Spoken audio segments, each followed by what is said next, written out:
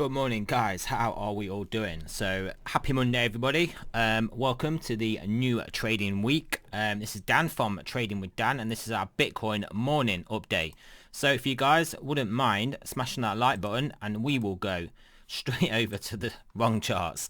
But anyway, first we might as well start off with Bitcoin dominance first. So Bitcoin dominance, you can see, is on this daily 9.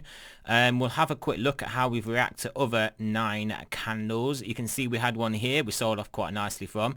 See, we had one here we sold off quite nicely from. We didn't get one down here. We came lower. The one here did hold up price for a bit. The buy here did, well, actually, that was a bit of an insane spike up there. Well, yeah, that 9 foretold that one.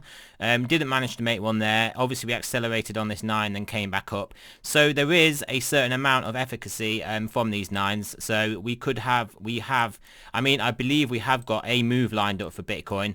And this would be telling us that it comes very soon. It doesn't have to come on the exact day of the 9. It could be the day after or the day after that, but basically if we start to make a move up, expect it to get a bit of an extension. If we start to make a move down and we just ignore this level, and maybe expect us to come down. If you come down on this candle today, expect a potential low, temporary, well, short-term low put in, and then maybe some sort of a retrace. So we've got to keep our beady eyes on that Bitcoin dominance. Also, we will just have a quick look at the dollar index whilst we're here as well. I could just clicked on there.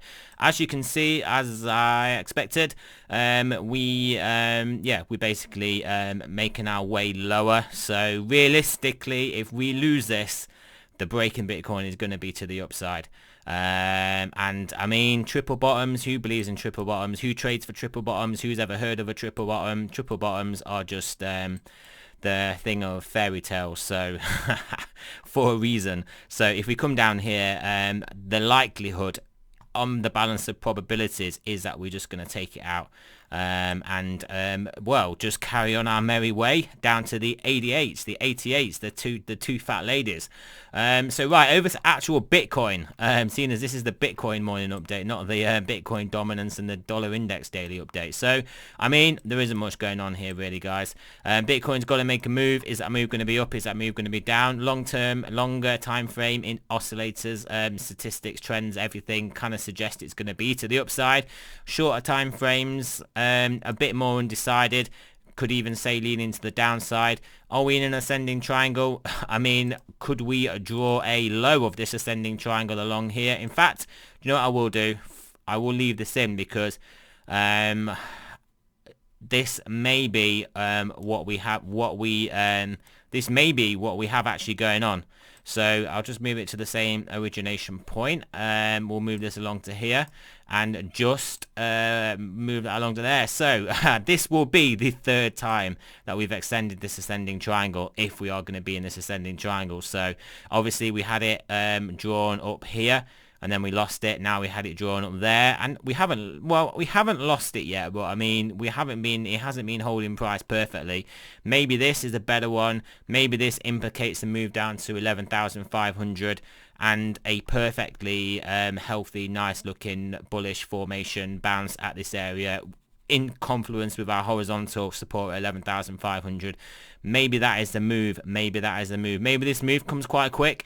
We get that acceleration downwards in the Bitcoin dominance, and then we start to get a pretty savage move up. Maybe that is what's going to happen. It's always if, buts, and maybes with trading. Maybe we lose this, and maybe we bounce here, which is definitely one of the options that I am open to, as you guys know. And well, we're not even going to talk about it if we lose this level, because then things will start to look a bit droopy, to say the least. So we will have a quick whiz through those oscillators so you guys can see. 4 hour is turning back up now, so that is actually quite good, and I didn't actually realize that it turned back up yet. So yeah, that's turning back up. So that's turning back up whilst we are at the highs here of this sort of low recent price action. We are at the basically almost above this the top of this resistance level. So 4 hour turning up is a good implication of a move up.